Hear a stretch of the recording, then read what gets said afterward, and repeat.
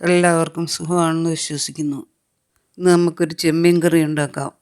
അതിനായി നമ്മൾ കുറച്ച് ചെമ്മീൻ എടുത്തിട്ടുണ്ട്. കൂടെ ചേർക്കാൻ കുറച്ച് വെള്ളരിക്കായും ചെറിയ പീസായി അരിഞ്ഞെടുത്തിട്ടുണ്ട്. ഒരു മുറി തേങ്ങയും 1 സ്പൂൺ പെരുംജീരകവും നന്നായി അരച്ചെടുത്തിട്ടുണ്ട്.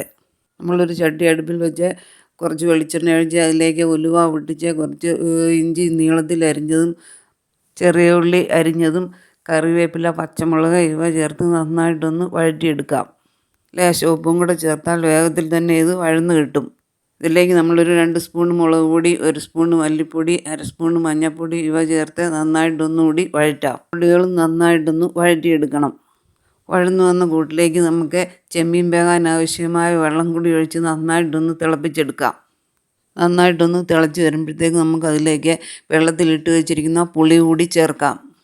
ഈ സമയം ആവശ്യത്തിനുള്ള ഉപ്പും ചേർത്ത് തിളച്ച് വരുമ്പോൾ ചെമ്മീനും വെള്ളരിക്കായും നമുക്ക് ചേർത്ത് എല്ലാം കൂടി നന്നായൊന്ന് മിക്സ് ചെയ്ത് നമുക്ക് ഇത് അടച്ച് വെച്ചൊന്ന് വേവിക്കാം.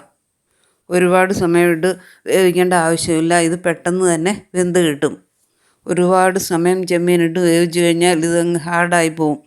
ആവശ്യത്തിന് വെന്ത് വന്നിട്ടുണ്ട്. ഇതിലേക്ക് നമുക്ക് തേങ്ങയും പെരുംജീരകവും അരച്ച് വെച്ചതും കൂടി ചേർത്ത് ചാറിന് ആവശ്യമായ ലേശം വെള്ളം കൂടി മിക്സിയുടെ ജാറ് കഴുകി നമുക്ക് ഇതിലേക്ക് ചേർക്കാം. ആവശ്യത്തിന് ഉപ്പുണ്ടോ എന്ന് നോക്കി ഈ സമയം പോരാത്ത ഉപ്പും ചേർത്ത് നമുക്ക് പാകമാക്കി തിളപ്പിച്ചെടുക്കാം. സിമ്പിളായ നമ്മുടെ പച്ചത്തേങ്ങ അരച്ച ചെമ്മീൻ കറി ഇവിടെ റെഡി ആയിട്ടുണ്ട്.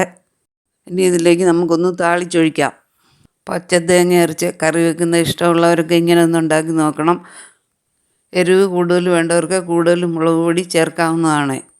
പിന്നെ നമ്മുടെ ഈ വീഡിയോ കാണുന്നതിൽ ആരെങ്കിലും സബ്സ്ക്രൈബ് ചെയ്യാത്തവരുണ്ടെങ്കിൽ ഒന്ന് സബ്സ്ക്രൈബ് ചെയ്തേക്കണേ. ലൈക്കും ഷെയറും ചെയ്ത് ഒന്ന് സപ്പോർട്ട് ചെയ്യണേ. എല്ലാവർക്കും എപ്പോഴും നല്ലത് മാത്രം ഉണ്ടാകട്ടെ എന്ന പ്രാർത്ഥനയോടെ പുതിയൊരു റെസിപ്പിയുമായി കാണാം എന്ന് പ്രതീക്ഷിക്കുന്നു.